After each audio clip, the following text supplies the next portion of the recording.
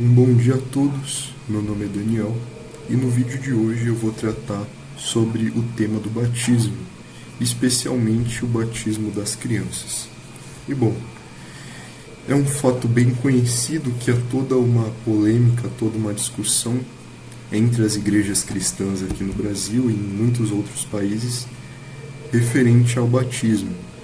Se ele é válido às crianças, se ele não é. Muitas igrejas, inclusive, rebatizam crianças que haviam sido batizadas em outras igrejas que apoiam esse tipo de batismo. Enfim, há uma discussão, há um debate grande sobre isso. Muitos argumentos são lançados em prol de um lado, muitos outros argumentos lançados em prol do outro lado, e assim por diante. Bom, para começar esse assunto, é importante a gente falar sobre o que é o batismo, o que ele significa para o cristão. E para explicar, para explanar esse tema, eu vou me basear aqui principalmente nos autores antigos, nos autores da era patrística e nos reformadores, bem como trazer aqui para vocês algumas passagens bíblicas sobre o assunto. Bom, se a gente for dar uma lida em Santo Ambrósio, um pai da igreja bem importante, inclusive foi o mestre de Agostinho, o que ele nos fala sobre o batismo é bem interessante. Para ele, o batismo é uma iniciação, um rito iniciatório ao cristianismo. Ou seja, nós pecadores adentramos no mundo do cristianismo, adentramos no mundo da graça, através desse rito que é chamado de batismo. Pelo batismo, Santo Ambrósio diz, o pecado em nós é perdoado e somos então regenerados, somos então partícipes de uma vida nova. Um novo homem passa a viver em nós.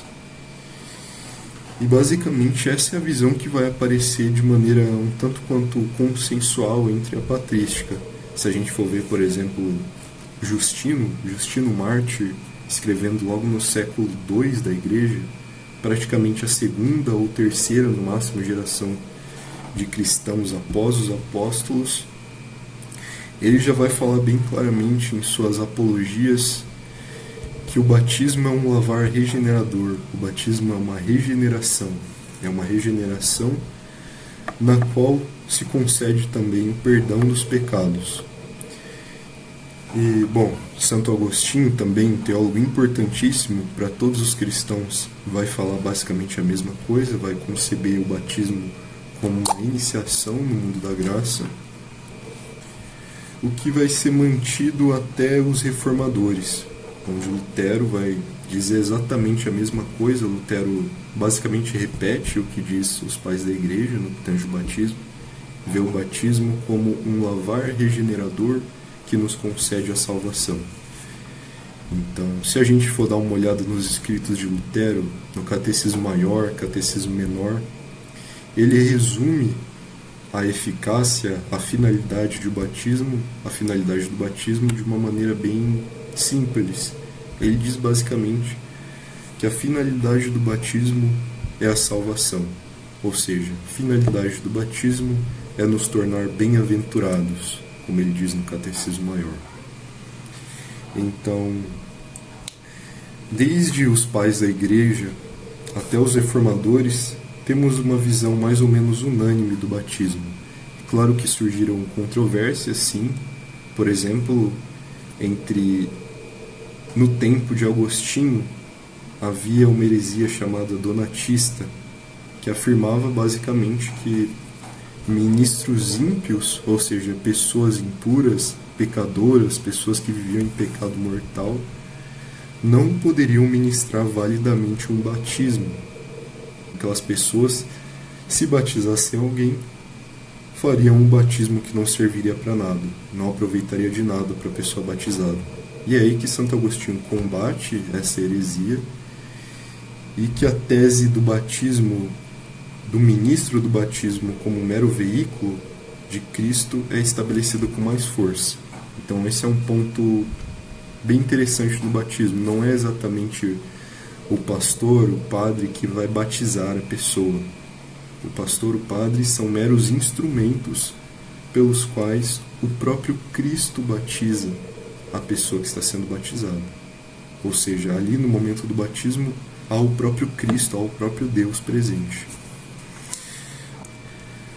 Certo.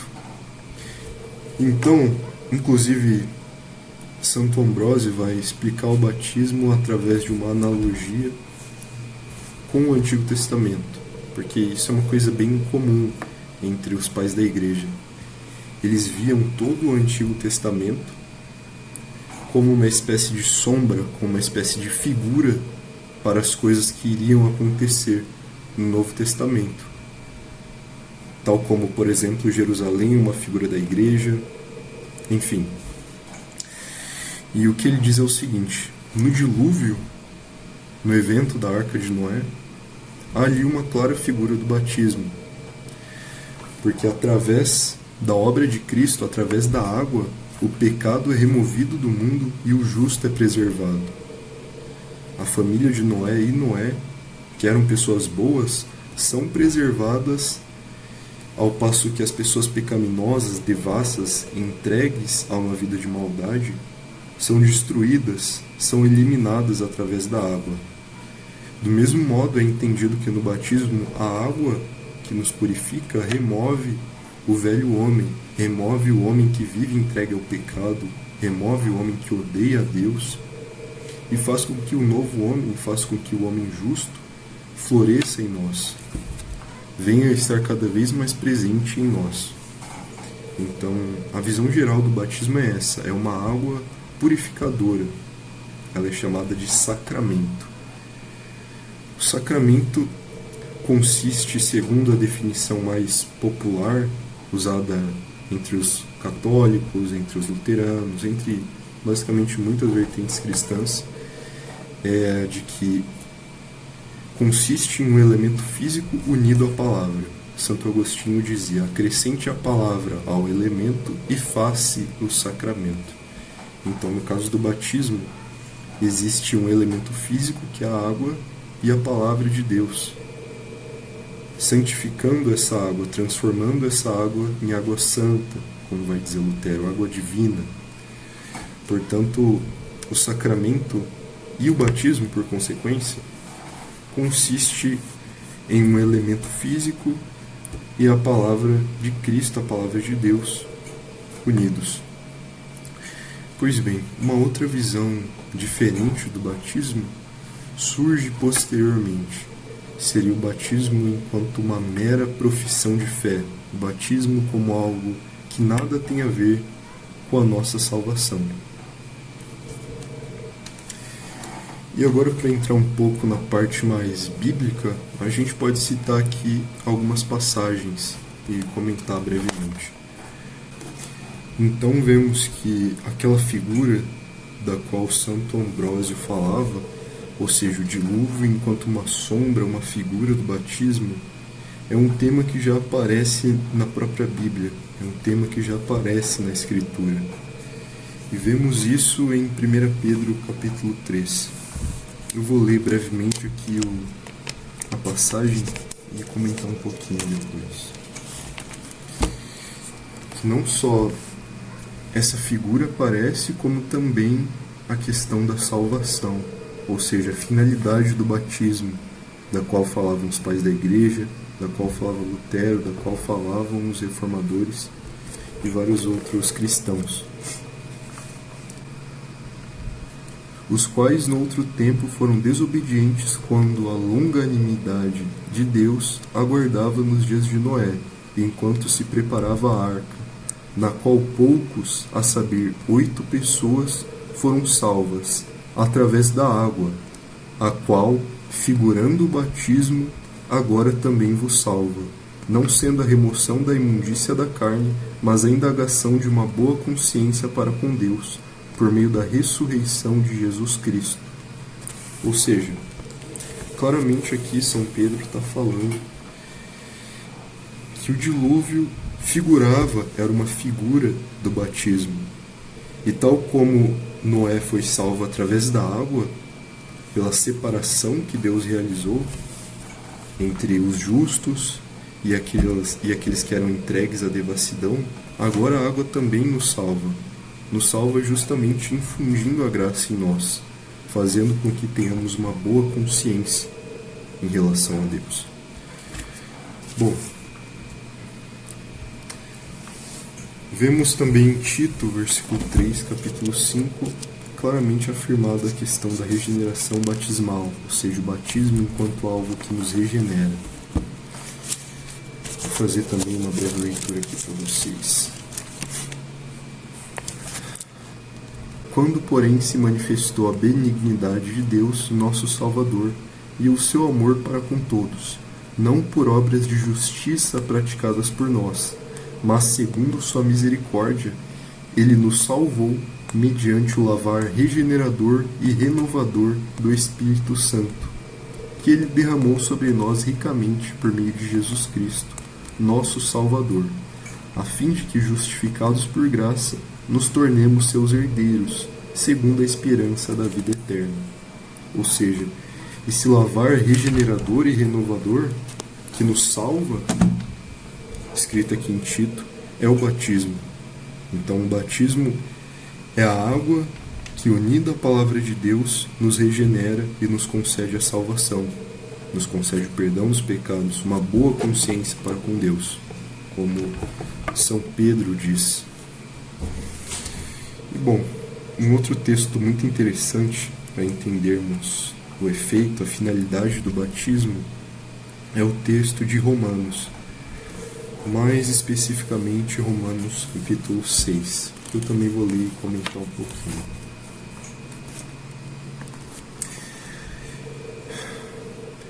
Como viveremos ainda no pecado, nós, os que para ele morremos? Ou porventura ignorais que todos nós que fomos batizados em Cristo, fomos batizados na sua morte? Fomos, pois, sepultados com ele na morte pelo batismo, para que, como Cristo foi ressuscitado dentre os mortos pela glória do Pai, assim também andemos nós em novidade de vida. Porque se fomos unidos com ele na semelhança da sua morte, certamente o seremos também na semelhança da sua ressurreição. Ou seja, o apóstolo Paulo aqui está falando que no batismo nós somos unidos com a morte de Cristo. E, portanto, no batismo nós iniciamos, posteriormente ao batismo, a nova vida. Que tal como Cristo morreu e ressuscitou, no batismo nós morremos enquanto velho homem e ressuscitamos enquanto novo homem. Esse é um versículo que esclarece bastante aquela questão do batismo enquanto um rito iniciatório na cristandade, enquanto um meio de nos introduzirmos na vida cristã. Porque, olha, não há vida cristã sem Cristo, não há vida cristã sem participarmos da morte e da ressurreição de Cristo. Não há como sermos cristãos sem tomarmos parte da vida nova de Cristo. E olha, o apóstolo Paulo atesta nesse capítulo de Romanos que tomamos parte na nova vida de Cristo através do batismo, no qual morremos juntamente com Cristo. Pelo batismo iniciamos a vida cristã. E bom, de acordo com isso, temos as palavras do próprio Cristo, nosso Senhor, em João capítulo 3, versículos do 3 ao 6. Eu também vou fazer a leitura aqui para vocês e falar um pouquinho sobre isso. Respondeu Jesus: Em verdade te digo que se alguém não nascer de novo, não pode ver o reino de Deus. Perguntou-lhe Nicodemos, que era basicamente um judeu: Como pode um homem nascer sendo velho? Pode porventura voltar ao ventre materno e nascer segunda vez? Ou seja, aqui o judeu está questionando a Cristo qual o caráter desse novo nascimento, que Cristo afirma ser necessário para entrar na vida eterna, para entrar no céu. Respondeu Jesus: Em verdade te digo, quem não nascer da água e do Espírito não pode entrar no reino de Deus. E continua: O que é nascido da carne é carne, e o que é nascido do Espírito é Espírito.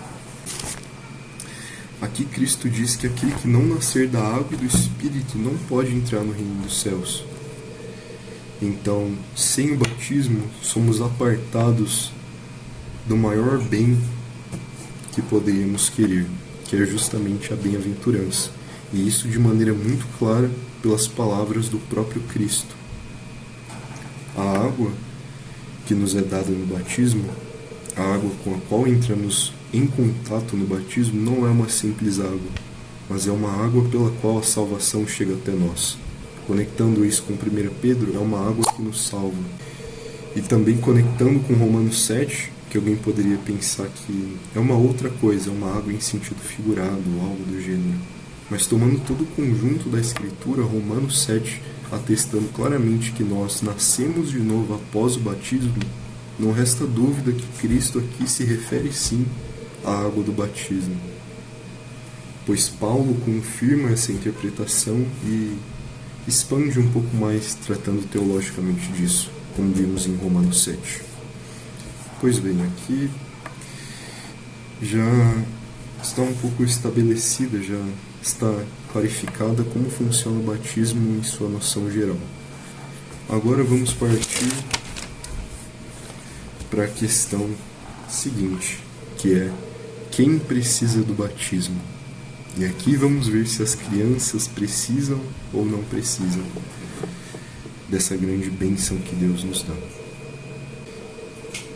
As pessoas que precisam do batismo são aquelas pessoas que são escravas do pecado.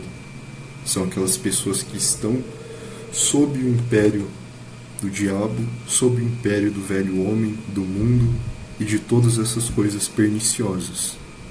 Portanto, todos aqueles que são pecadores precisam do lavar regenerador do batismo para que abandonem o pecado e iniciem uma nova vida.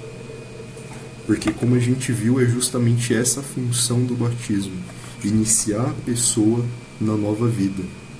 Como Paulo diz, segundo o que a gente leu antes, é fazer com que sejamos sepultados na morte com Cristo e então andemos em uma vida nova.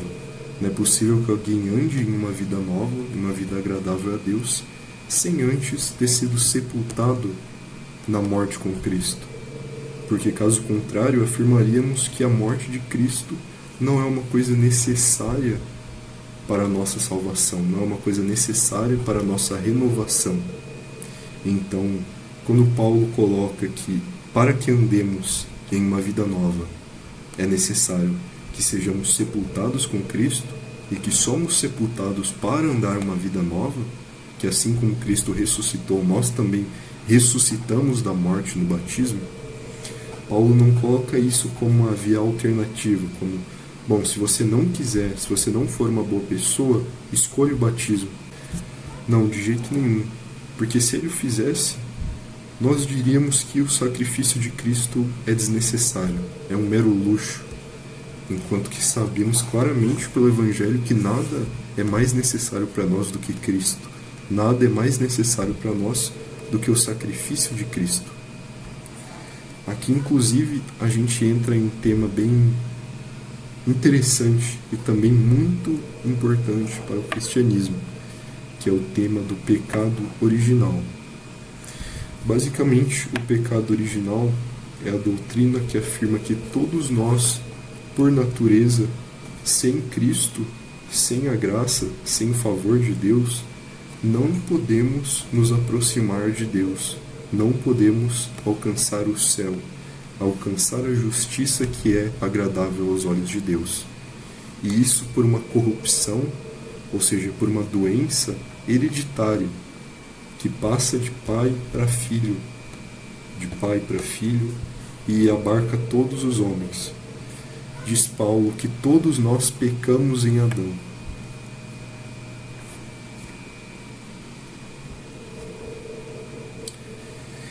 Segundo Paulo, pelo pecado de um só homem, veio a condenação para todos. E isso a gente também vê no livro, a gente também vê no texto de Romanos, na Epístola aos Romanos, em Romanos 5. Eu vou ler um pouco aqui para vocês.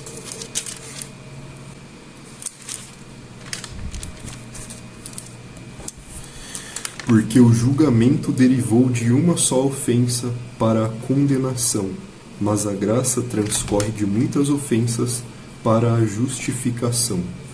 Uma só ofensa, que foi a ofensa de Adão, gerou a condenação, gerou a servidão ao pecado para todos os homens.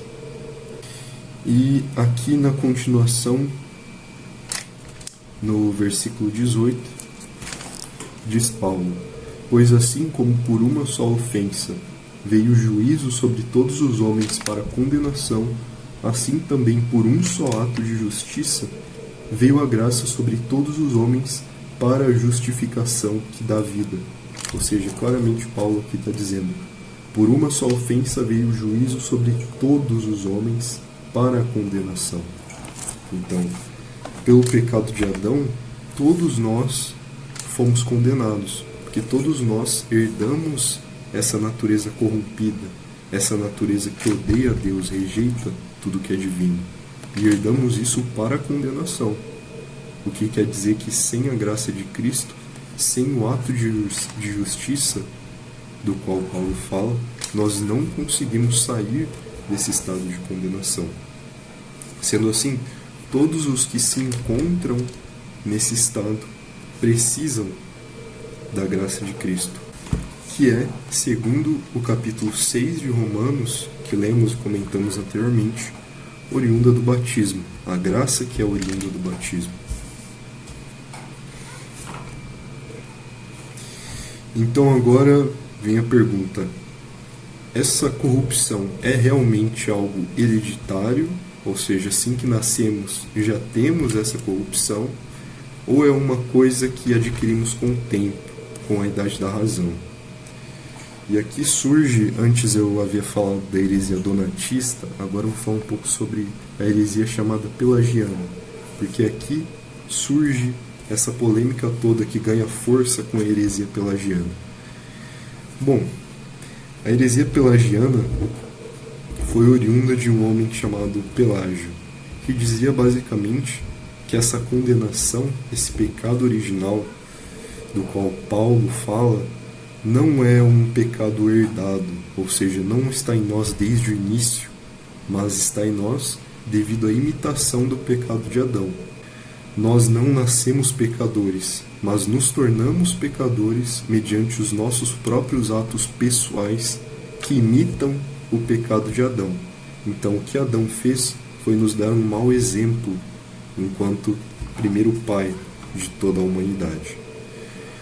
Bom, o maior opositor a essa heresia foi o próprio Santo Agostinho. Santo Agostinho condenou veementemente Pelágio. Inclusive afirmava que pelas nossas próprias forças poderíamos alcançar justiça, que é uma consequência de sua posição. Porque, ora, se não estamos intrinsecamente corrompidos, se não possuímos, se não herdamos um pecado de natureza que nos afasta imediatamente da graça, nos afasta imediatamente do favor de Deus, então quer dizer que podemos, com os nossos próprios esforços, alcançar esse favor aos olhos de Deus. Daí que Pelágio defende que a nossa própria natureza é capaz de nos levar à justiça.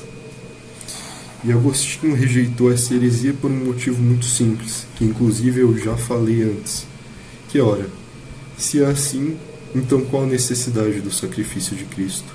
O sacrifício de Cristo seria completamente inútil para a gente. Cristo morreria em vão. Se nós, pela nossa própria natureza, podemos alcançar o que Cristo nos fornece, então para que vamos precisar de Cristo? É só a gente pensar, por exemplo, imagina que você tem um reservatório de água, e se você se esforçar, você pode ir lá e beber dessa água. Vai ser uma coisa valiosa alguém chegar e te dar um copo d'água para você beber? Você fala, não, já tenho muita água aqui, então seria a mesma coisa, já tenho muita capacidade aqui, então não preciso disso. Basicamente, Agostinho mostra que isso é uma heresia horrível, porque destrói todo o Novo Testamento, destrói a promessa evangelística, ou seja, a promessa da bem-aventurança em Cristo, porque nós mesmos poderíamos alcançá-la. E bom, por isso Agostinho estabelece a hereditariedade do pecado original.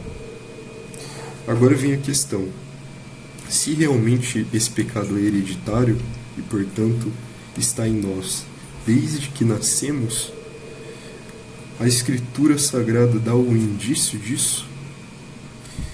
E já lhes adianto que não só um, como muitos. Não faltam textos claros sobre isso. Inclusive, um deles claríssimo foi o que lemos anteriormente em João. Cristo diz: o que é nascido da carne é carne, ao passo que aquele que é nascido do Espírito é Espírito. E como se nasce do Espírito? Pela água, como ele disse anteriormente. Então não é pela geração natural que nascemos pelo Espírito, porque a geração natural é justamente o nascer pela carne que Cristo fala. Então Cristo não poderia ser mais claro afirmando ali que aqueles que nascem da carne sem o nascimento pelo Espírito não podem alcançar a bem-aventurança. Não poderia ser mais claro que isso. Mas além desse texto a gente encontra vários outros, e eu vou lê-los aqui para vocês.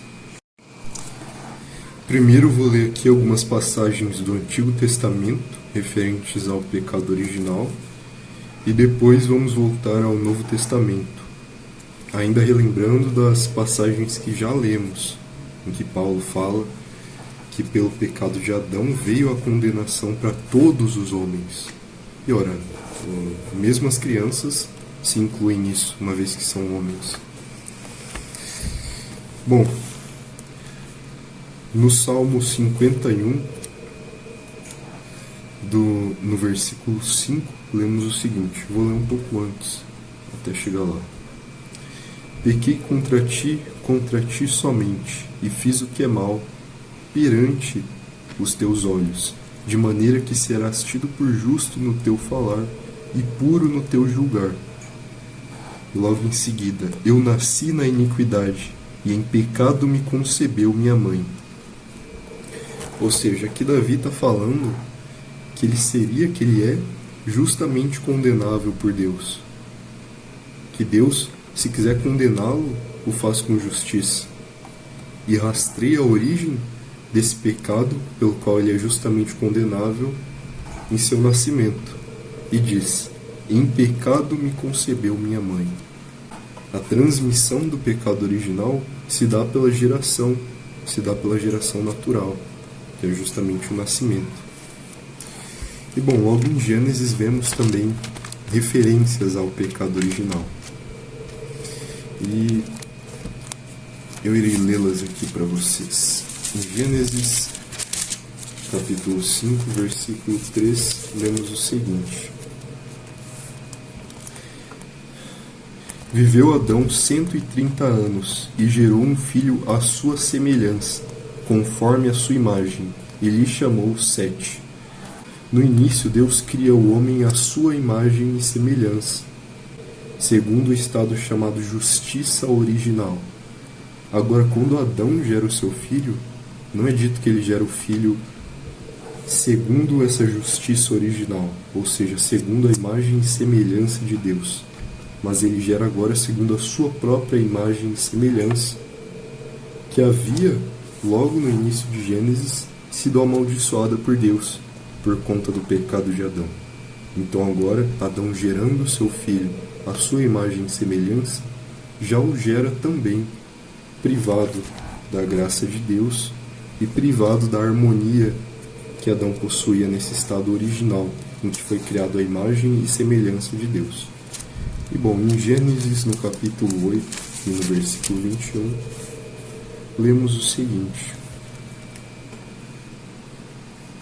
E o Senhor aspirou o suave cheiro e disse consigo mesmo: não tornarei a amaldiçoar a terra por causa do homem, porque é mau o desígnio íntimo do homem desde a sua mocidade. Nem tornarei a ferir todo vivente, como fiz. Mocidade aqui adota o significado de desde o início, desde a criancice do homem, desde quando o homem era criança. O homem, desde seu início, já possui um mau desígnio dentro de si. Ele não precisa atingir a idade da razão para então imitar o ato de Adão, pois desde a sua meninice, como dizem outras traduções da Bíblia, ele já está corrompido, já tem um mau desígnio. Agora, para complementar, vamos voltar ao Novo Testamento, em Efésios capítulo 2, no versículo 3.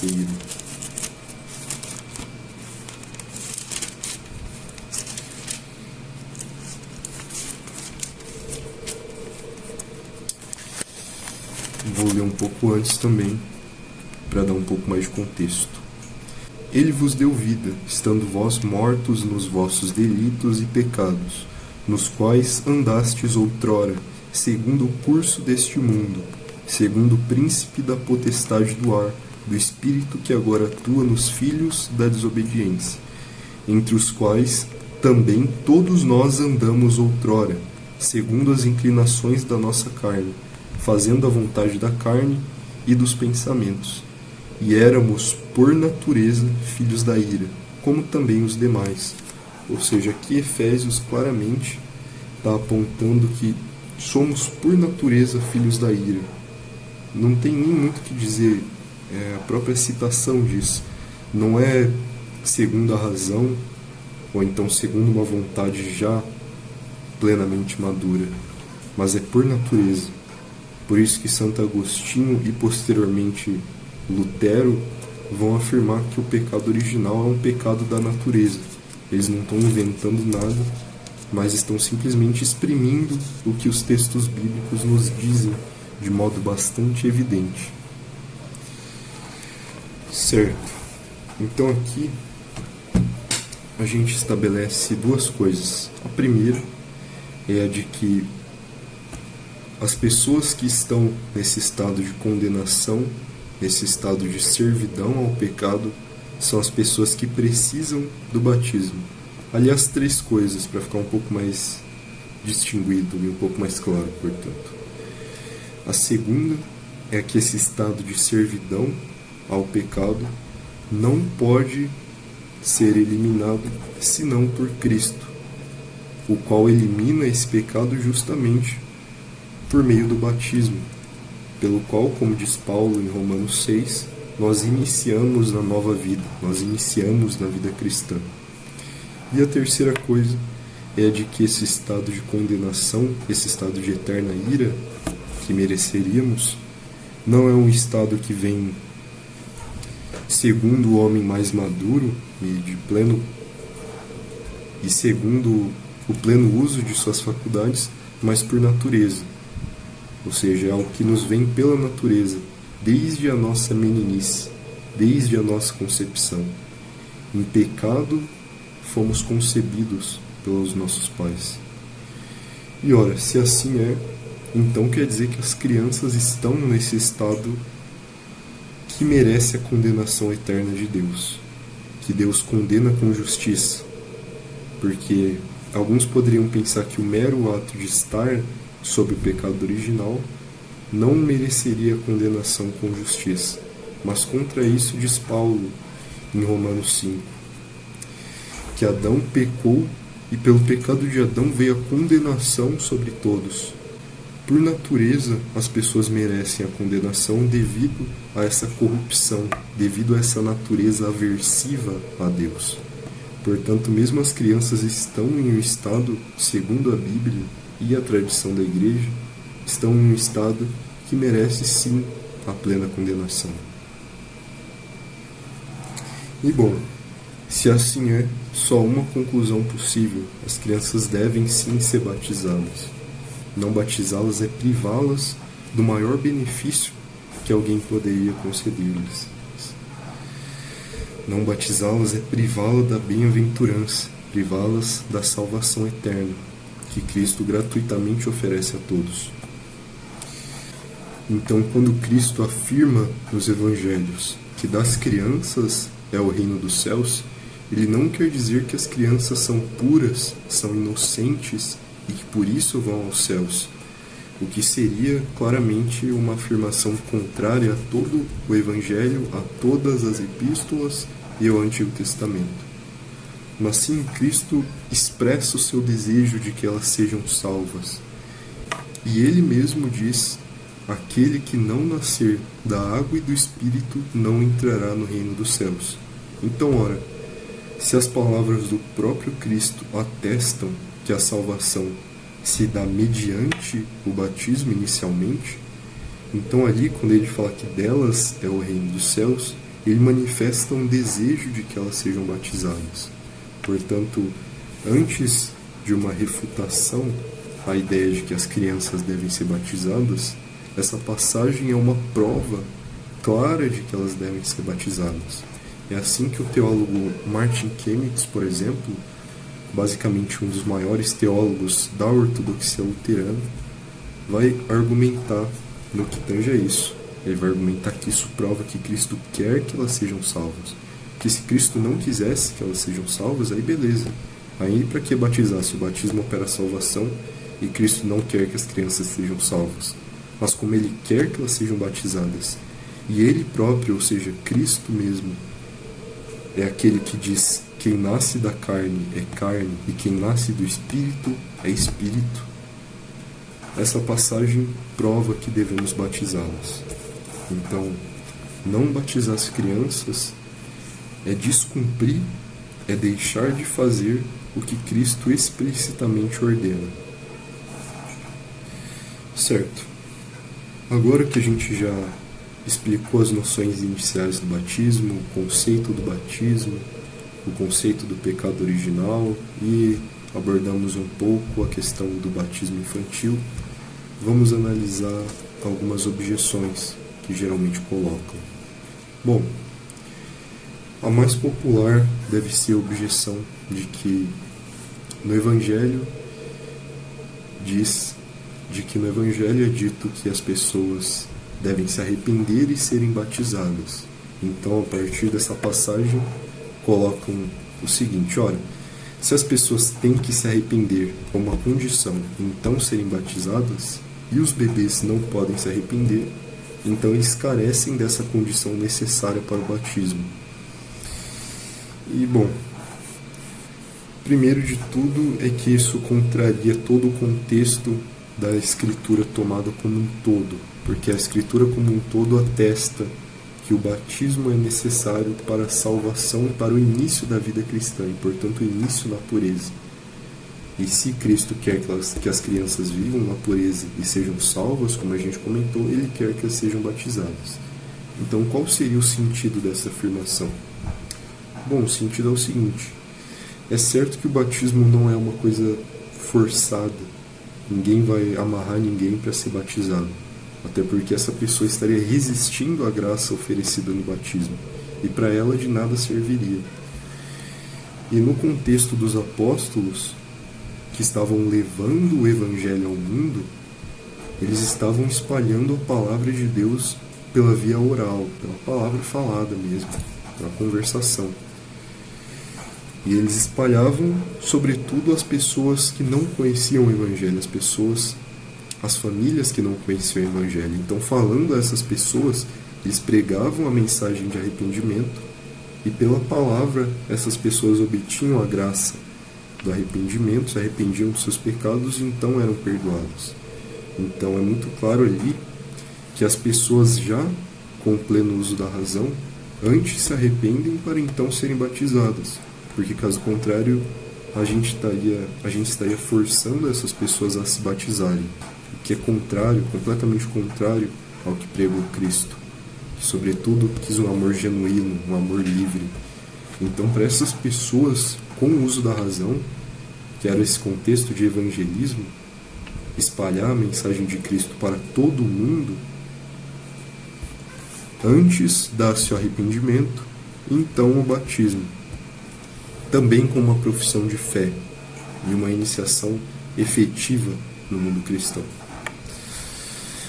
Assim como as igrejas fazem hoje no caso de não convertidos. Como acontece?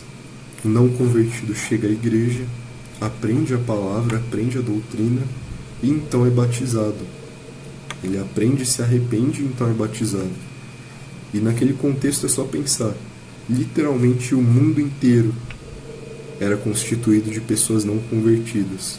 Então o mundo inteiro antes recebia a palavra oral e então era batizado. Agora, quando se trata de uma criança, ela não entende a palavra oral.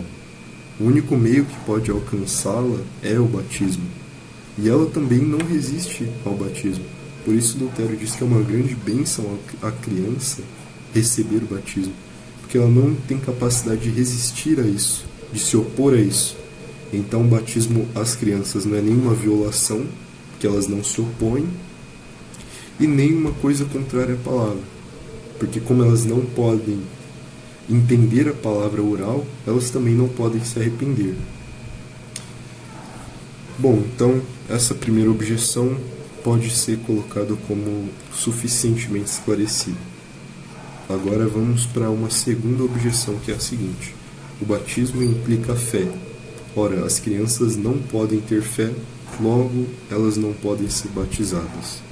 E para isso existem duas linhas diferentes que podemos argumentar.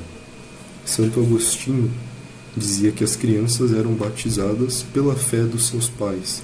Então, pela fé dos pais, as crianças recebiam o batismo. Enquanto outras tradições, como a tradição luterana, por exemplo, vai fazer uma distinção entre a fé chamada reflexiva e a fé atual, que apreende a promessa de Cristo. A fé reflexiva, a fé que implica uma reflexão, não é necessária a fé atual. Por que não é necessária? Porque a fé atual, desde o princípio, já está fora da capacidade do homem. Lembra aquela questão do pecado original? O pecado original é uma corrupção da natureza. Então, a natureza do homem, desde o princípio, já está separada da fé. Ela não tem capacidade para isso. Seja a pessoa um bebê, seja a pessoa uma criança maior, seja a pessoa um adolescente, um adulto e mesmo uma pessoa idosa. Em nenhum desses casos ela tem capacidade natural para crer. Então, para todos os homens, a crença em Deus, a crença verdadeira em Deus enquanto um ser pessoal e revelado, está acima de suas capacidades. Então, olha, se fôssemos negar a fé aos bebês, pelo fato de que a fé é uma coisa que não lhes é natural, é uma coisa que transcende a sua capacidade natural, deveríamos também negar a fé a todos os homens. Destruiríamos a fé, porque nenhum dos homens, segundo sua capacidade natural, tem a fé que apreende a promessa de Cristo e que os leva à bem-aventurança e que os leva à salvação eterna. Bom, uma terceira objeção ao batismo infantil seria uma objeção da qual já tratamos brevemente antes e que pode ser respondida tendo em vista o que já explicamos sem dificuldade alguma. A objeção de que os bebês não merecem a condenação por serem inocentes. Essa objeção é ipsis literis a heresia pelagiana, já condenada desde os tempos de Agostinho, a negação da realidade bíblica, da realidade revelada por Deus, da hereditariedade do pecado original. É simplesmente o mais puro pelagianismo, e mesmo mais extrema do que o próprio Pelágio chegou.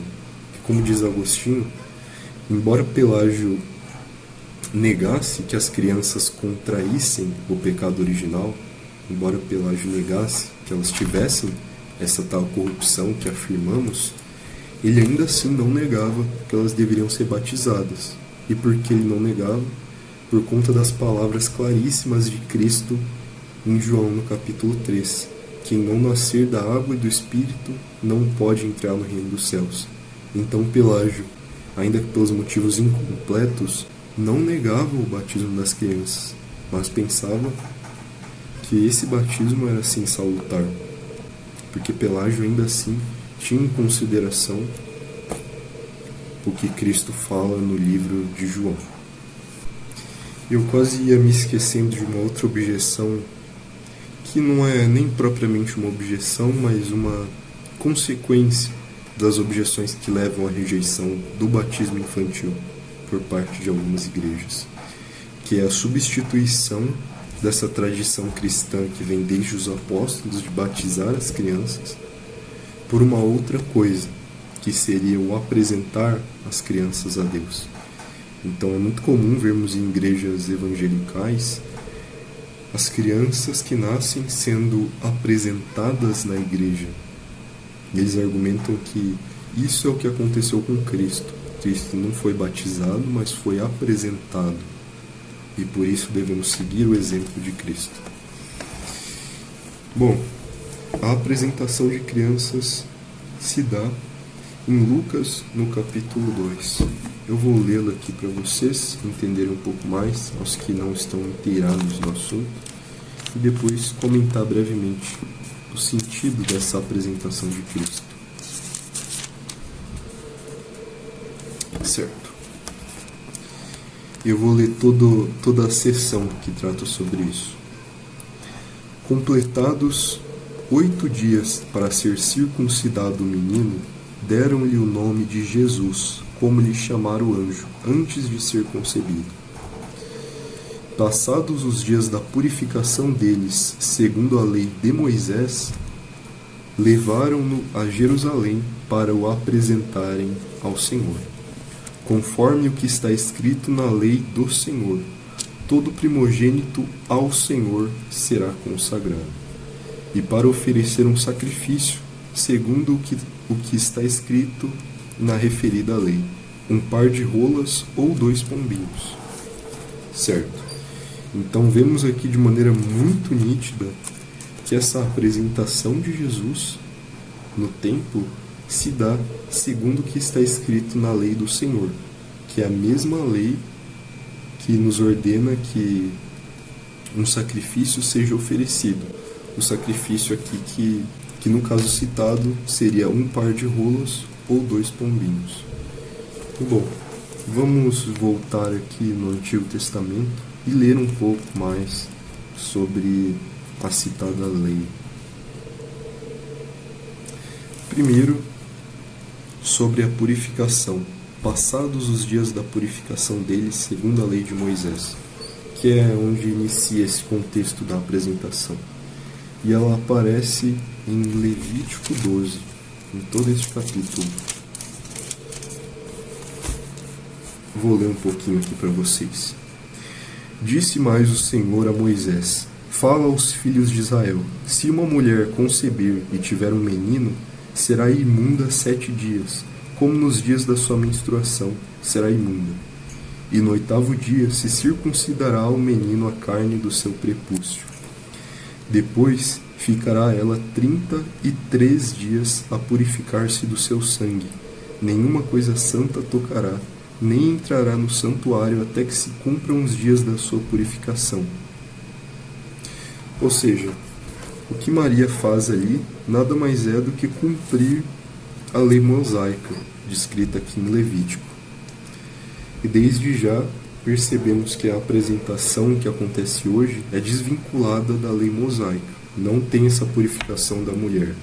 E segundo Lucas, a mesma lei que nos ordena, que no caso ordena as mulheres a essa purificação, é a que ordena a apresentação das crianças ao templo.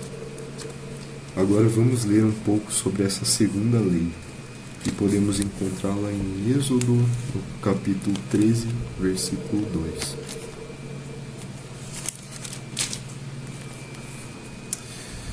Disse o Senhor a Moisés: Consagra-me todo primogênito, todo que abre a madre de sua mãe entre os filhos de Israel, tanto de homens como de animais, é meu.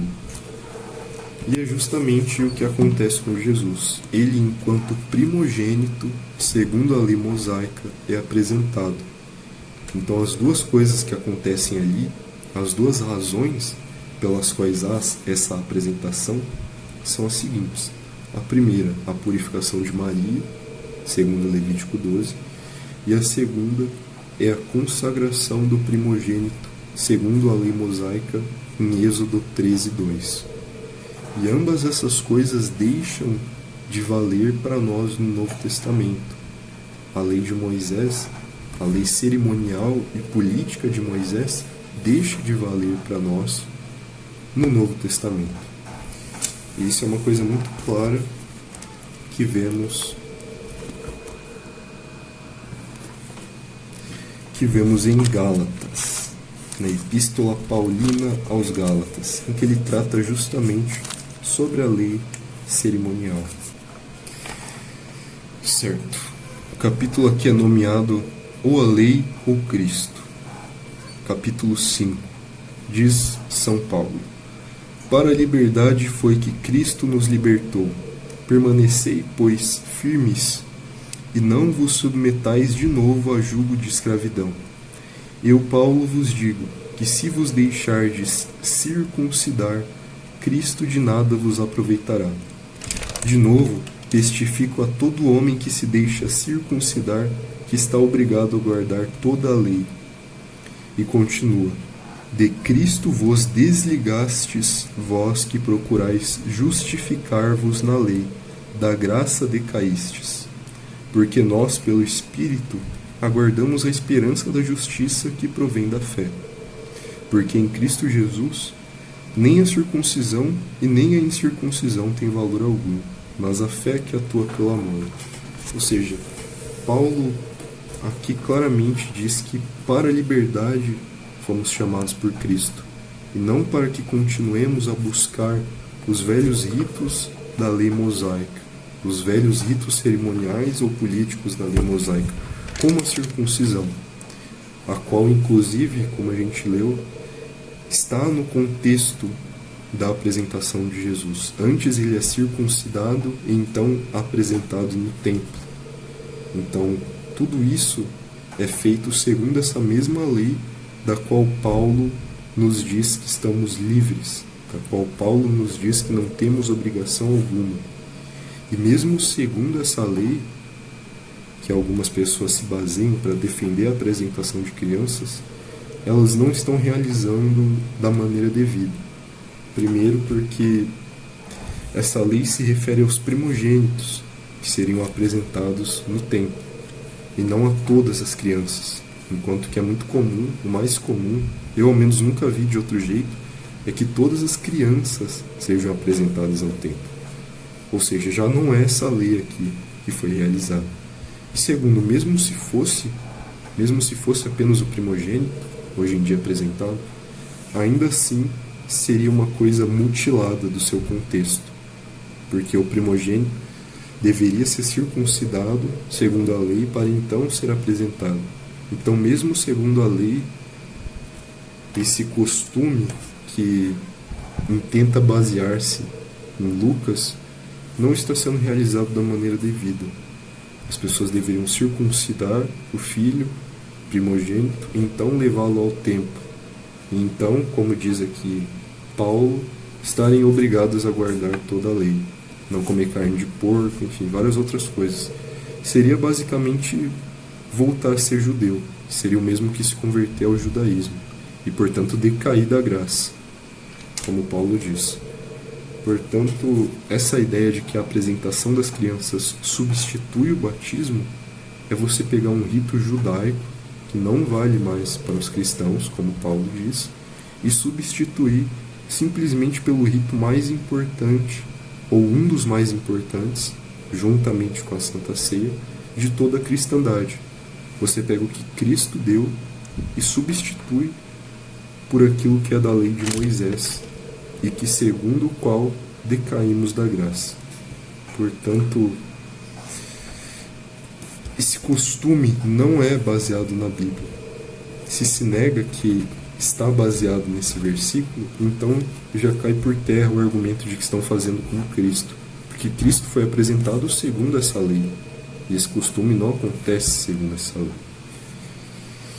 E eu acredito que isso seja o suficiente para esclarecer essa questão da apresentação de crianças, que é tão popular aqui no Brasil. E bom, agora cabe algumas reflexões finais sobre todo esse assunto. E eu quero falar um pouco aqui para vocês sobre a importância da tradição da igreja. Vocês perceberam que aqui quando eu citei Agostinho, eu não cito Agostinho como se fosse uma nova Bíblia, eu não cito Ambrósio, não cito Justino como novas Bíblias, mas eu os cito porque eles foram homens de Deus que sabiam, que estudavam continuamente as Escrituras Sagradas. Então a autoridade de Agostinho deriva da autoridade da Escritura na medida em que Agostinho exprime o conteúdo revelado por Deus nas Escrituras. Então os mesmos pensamentos que ocorrem atualmente contra a tradição da Igreja ocorreu às pessoas antigas. Esses pensamentos ocorreram aos antigos e foram devidamente respondidos. Pelágio defendia a tese da inocência das crianças segundo a ausência do pecado original. E é muito comum que hoje em dia as pessoas repitam o pelagianismo sem mesmo se darem conta disso. Então, a tradição da Igreja, que Cristo acompanha desde o tempo dos apóstolos até agora, é muito rica nessas coisas. Muitas heresias foram firmadas e refutadas nos tempos antigos e surgem agora simplesmente por um desconhecimento do povo no que tange a todo esse passado da Igreja. Porque enquanto cristãos, nós não surgimos agora. Nós não vamos construir um prédio do zero. Enquanto cristãos, nós surgimos junto com os apóstolos, nós surgimos no período apostólico. Desde então, Cristo tem operado maravilhas na Igreja. E todas essas maravilhas, a destruição, por exemplo, da heresia ariana, a destruição de tantas heresias empreendidas pela providência de Cristo, pela providência de Deus, é um bem muito grande que a gente não pode abrir mão. Temos que conhecer tudo isso para evitar que essas coisas, para evitar que essas armadilhas voltem no futuro e no tempo presente. Então, com essa consideração final, acredito que já não há mais nada a dizer sobre o assunto. Espero que vocês tenham gostado. Qualquer coisa, discordância, complementos, qualquer coisa do gênero, podem comentar, mandar mensagem, enfim. E é isso.